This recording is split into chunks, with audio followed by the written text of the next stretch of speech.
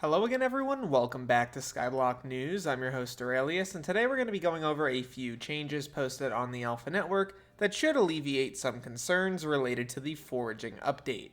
Before we begin though, I just want to say, please make sure to like and subscribe down below as it really helps out the channel a lot, and make sure you use code RAIL on the Hypixel store for 5% off your order. It really is the best way to support the channel. Without any further ado though, let's get started. So we have a post on the forums here from Flare, and he writes, "Hi, I've been a bit busy and would like to get back to some of your individual concerns as soon as I have time, but here's an update to some things. Being unable to change Kuudra armor types was an oversight. We will make sure that you can swap Kuudra armor types after the Foraging update drops. Since the menu is temporarily disabled right now, yes, you won't be able to swap your Kuudra armor types for a short while. They still plan on doing a nerf to the Crimson Essence required to update your Infernal Kuudra armor as specified in the post. However, this will not come immediately during the Foraging update's release. And when this change, does actually happen, you can claim a Crimson Essence refund equal to 50% of the extra essence that you spent on your armor. I think that's totally fair. 100% may end up being a little bit too much. 50% is fine, you get some of that value back, sure. They're looking at more ways for you to spend your Crimson Essence and Magma Fish, along with potential improvements to Kuudra's loot pool. Notably, they're looking into making the Tormentor slightly useful in Kuudra for starters. They're making a Croseus for Kuudra, which is pretty great, and they are aware about an issue related to the Flaming Flay, Bestiary, and Loot Share. Heading over to the Alpha Network really quick, I wanted to show a couple new items that I think are actually pretty interesting. Notably, these are the Ultimate Enchants Missile as well as First Impression. First Impression and Missile are both applied to axes, and at tier 5, the First Impression Ultimate Enchant grants you +5 sweep on melee log breaks, and your first melee log break on a tree grants you +10 sweep. The other one, though, is a little bit better in my view, just a scaling benefit to lower your log penalty on throwing axes. I think this one is going to be better in the long run because if you throw an axe right now, it's a 50% reduction in your sweep. This makes it a 25% reduction at Missile 5, and that is just better flatly than 10 sweep at relatively high levels.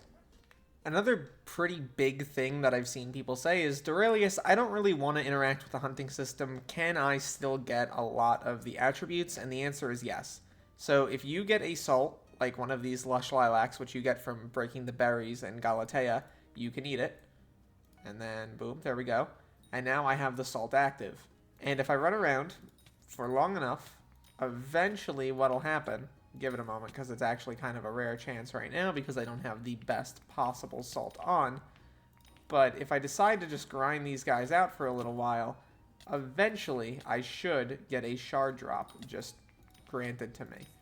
It's completely random. It's just based on the low, like 1-ish% chance of this happening. But this is just passive generation for shards, and it's something that you don't have to worry about. If you don't really care about the system and don't really want to grind it too much, you're able to just say, hey, I could just apply a salt, go around, grind things out. Keep in mind, though, it is going to be a little bit rare. I don't recommend it for general use, but as you can see, I just got one. But if you're grinding a mob where you need a lot of kills, like Ghosts, for example, I mean, it's not a bad option. If I go into my attribute menu, boom, there's the Ghost Shard. Another thing I wanted to note and show off a little bit is the other new thing, which is Siphon Luck. Basically what this is the odds that I will get an extra stack of an attribute every single time I siphon a shard.